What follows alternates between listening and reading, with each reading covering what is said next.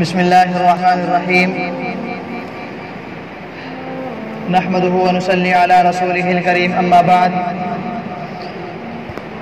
أعوذ بالله من الشيطان الرجيم بسم الله الرحمن الرحيم وما أرسلناك إلا رحمة للعالمين وقال الله تعالى في موضع آخر قل هو الله أحد الله الصمد لم يلد ولم يولد ولم يكن له كفوا أحد۔ اللہ تبارک و تعالیٰ کا بے انتہا احسان اور شکر ہے کہ اللہ تبارک و تعالیٰ نے ہم سب کو مسجد میں جمع فرمایا، دین کی چند باتیں کہنے اور سننے کی توفیق عطا فرمائی اور نماز جمعہ پڑھنے کی توفیق عطا فرمائی، اپنے سامنے جھکنے کی توفیق عطا فرمائی۔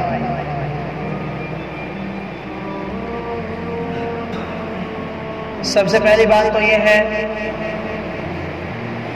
میں نے قرآن پاک کی جو آیت پڑھی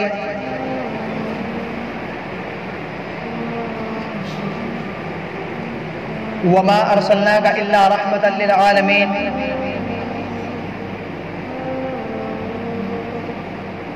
اور ہم نے آپ کو نہیں بھیجا مگر دنیا والوں کے لیے رحمت بنا کر۔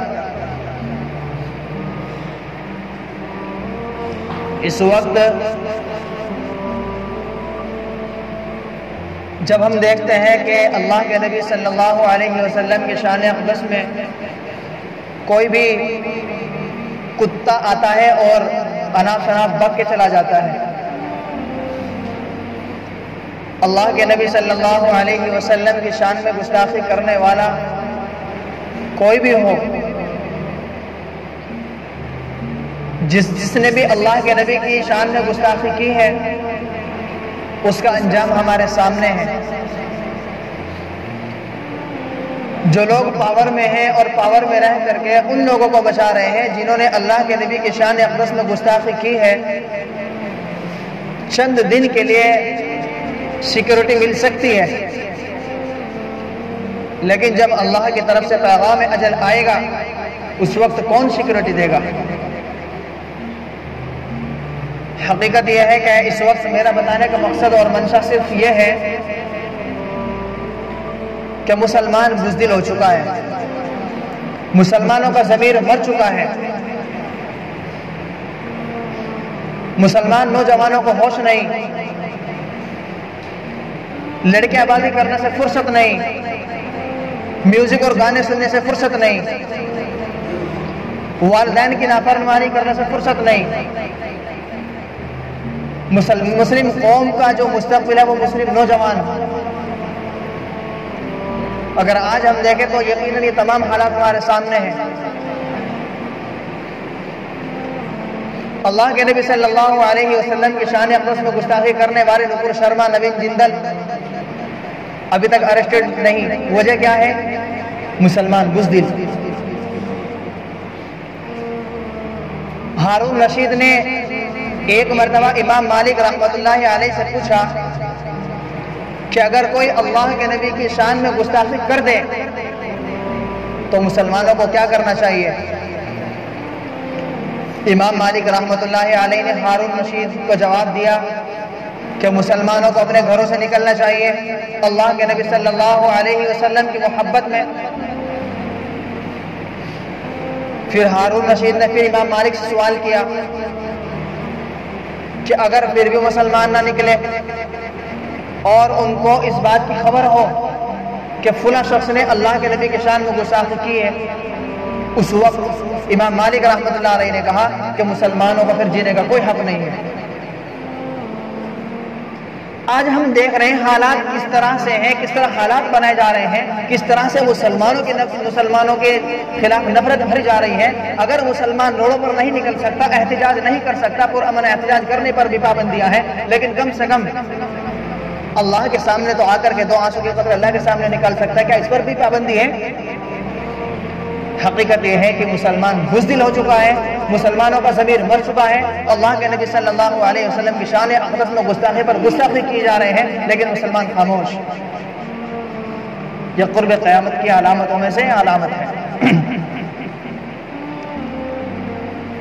ایک بزرگ کا واقعہ لکھا ہے، نام ذہن میں نہیں،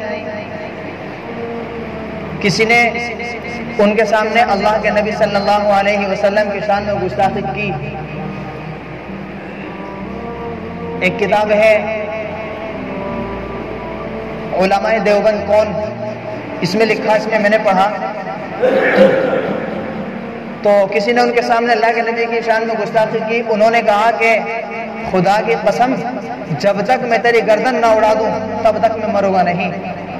تو کتاب میں لکھا ہے کسی نے، وہ جو اللہ والے بزرگ تھے، ان کے پیچھے سے کسی نے گردن مار دی، گردن تو کٹ کے گر گئی، لیکن ان کا دھڑ اس شخص کے پیچھے بھاگتا رہا جس نے اللہ کے نبی کی شان میں گستاخی کی، اور جب تک انہوں نے اس شخص کی گردن نہ اڑا دی جب تک وہ نیچے نہیں گرے۔ کیا یہی مسلمانوں کو اللہ کے نبی سے محبت ہے؟ اس سے تو اندازہ یہ ہوتا ہے کہ مسلمان بزدل ہو چکا ہے۔ اس چیز کو ہم جانتے ہیں کہ یقیناً مسلمان اگر روڈ پہ نکلے گا تو FIR ان کے خلاف ہوگی، پولیس ان کے اوپر لاٹھی چارج کرے گی، ان کے مکانات کو توڑے گی، حکومت ایسی ہمارے سر پر ظالم مسلط بیٹھی ہے۔ اگر یہ سب نہیں کر سکتے تو کم سے کم اللہ کے نبی کی محبت میں اتنا تو ہم کر ہی سکتے ہیں کہ اللہ کے سامنے آ کر کے 2 رکعت نفل پڑھ کر کے اللہ سے دعائیں مانگے۔ کہ یہ بھی ہم سے نہیں ہو سکتا؟ جب مسلمان نماز پڑھ سکتے ہوں لیکن پھر بھی نماز نہ پڑھیں، مسلمان حج کر سکتے ہوں اس کے باوجود حج نہ کریں، مسلمان زکوٰۃ دے سکتے ہوں لیکن اس کے باوجود زکوٰۃ نہ دیں، اسی طریقے سے کار خیر کام جو مسلمان کر سکتے ہوں لیکن پھر بھی نہ کریں، تو یقیناً وہ حالات دور نہیں کہ پھر نماز پڑھنے سے روک دیا جائے، حج کرنے سے روک دیا جائے، اچھے کام کرنے سے روک دیا جائے، امر بالمعروف نہی عن المنکر کرنے سے روک دیا جائے، اور وہ حالات ہمارے سامنے ہیں۔ بتائیے آپ، آج مسجدوں پر تالے پہ تالے لگتے جا رہے ہیں، کیا اس غلطی کے ذمہ دار آپ حکومت کو ٹھہراؤ گے؟ میں تو کہتا ہوں کہ ہرگز حکومت کی غلطی نہیں ہے، چاہے وہ ظالم ہو، ظالم حکمران ہو، کافر ہو، مسلمان ہو، مشرک ہو، مومن ہو، سب کے دل اللہ کے قبضے میں ہیں۔ اللہ تبارک و تعالیٰ ایک لمحے میں دل کے اندر خیر کی بات ڈال دے تو یہی کافر مسلمانوں کے ساتھ میں کار خیر کا معاملہ کریں گے۔ اور اگر مسلمان حاکم کو بنا دیا جائے اور مسلمان عیاشیوں سے باز نہ آئے، شراب سے باز نہ آئے، رشوت خوری اور سود خوری سے مسلمان باز نہ آئے، جوا خوری سے مسلمان باز نہ آئے، تو یاد رکھے کہ پھر وہی مسلمان حاکم ان کے اوپر ظلم کرے گا، چاہے پھر کسی مسلمان کے حاکم بنا دو۔ اللہ کے نبی صلی اللہ علیہ وسلم نے ایک ایک بات جو کہی، 1443 سال پہلے اللہ کے نبی نے جتنی باتیں کہی، حقیقت یہ ہے کہ کفار اور مشرکین، ابو جہل جیسا کافر بھی یوں کہتا تھا کہ اگر اللہ کے نبی نے ایک بات اپنی زبان سے میرے خلاف بھی اگر کہہ دی تو یقیناً پہاڑ اپنی جگہ سے ہٹ جائے گا، لیکن اللہ کے نبی نے اپنی زبان سے جو بات کہہ دی وہ اپنی جگہ سے نہیں ہٹ سکتی۔ تو کافروں کو اتنا یقین تھا جبکہ وہ اسلام نہیں لاتے تھے۔ ابو جہل کی گردن اڑائی تھی حضرت عبداللہ ابن مسعود نے، اس کی جو گردن کاٹی تھی، اور تکبر اور انانیت کی بنا پر اس وقت بھی جس وقت ابو جہل نے ان کی گردن کاٹی، ابو جہل کی، حضرت عبداللہ ابن مسعود نے، تو ابو جہل نے حضرت عبداللہ ابن مسعود سے کہا کہ عبداللہ میری گردن تھوڑی نیچے سے کاٹنا، موت سامنے ہے۔ اس وقت سے کیا کہہ رہا ہے؟ تکبر اور انانیت کی بنا پر کہ میری گردن تھوڑی نیچے سے کاٹنا، اور ہاں، اور محمد سے کہہ دینا کہ وہ سمجھتے ہیں کہ میری دشمنی اور انانیت ختم ہو گئی، نہیں، اب اور زیادہ بڑھ گئی۔ اس نے یہ بات کیوں کہی؟ ابو جہل نے حضرت عبداللہ ابن مسعود سے یہ بات کیوں کہی کہ میری گردن نیچے سے کاٹنا؟ اس لیے کہی تاکہ اس کی گردن سب سے اونچی لگے کہ یہ ابو جہل کی گردن ہے، تو وہ جہنم رسید ہوئے۔ لیکن اللہ کے نبی صلی اللہ علیہ وسلم کی شان اقدس میں گستاخی کرنے والوں کو اب تک کوئی سزا نہیں ملی۔ وجہ کیا ہے کہ مسلمان بزدل ہو چکا ہے، مسلمانوں کا ضمیر مر چکا ہے۔ اگر احتجاج نہیں کر سکتے تو کم سے کم اللہ کے سامنے تو 2 ہاتھ اٹھا کر کے 2 آنسو کی قطرے اللہ کے سامنے نکال سکتے ہیں۔ اگر ایک مسلمان ہو اور کوئی مسلمان کی بہن کی شان میں کوئی گستاخی کر دے، گندے الفاظ بولے، اس کی ماں کی شان میں کوئی گستاخی کر دے، تو مرنے کے لیے تیار ہو جائے گا کہ تو نے میری بہن کے بارے میں ایسا بولا، تو نے میری ماں کے بارے میں ایسا بولا۔ جس کے صدقے میں پوری کائنات کو اللہ نے بنایا، نبی کریم صلی اللہ علیہ وسلم کے صدقے میں پوری کائنات کو اللہ نے بنایا، ان کی شان میں گستاخی ہوئی۔ مسلمانوں اس چیز کو سمجھو، اور مسلمان روڈوں پہ نکلے ہیں، لیکن کیا ہوا؟ کچھ بھی نہیں ہوا۔ مسجدوں میں آنا چاہیے تھا، یہ ہمارا ادھیکار ہے کہ روڈ پہ نکلے، اللہ کے نبی کی شان میں گستاخی ہوئی ہے، لیکن مسجدوں وہی خالی کی خالی رہی نا۔ کیا ٹائم ہوگی جی؟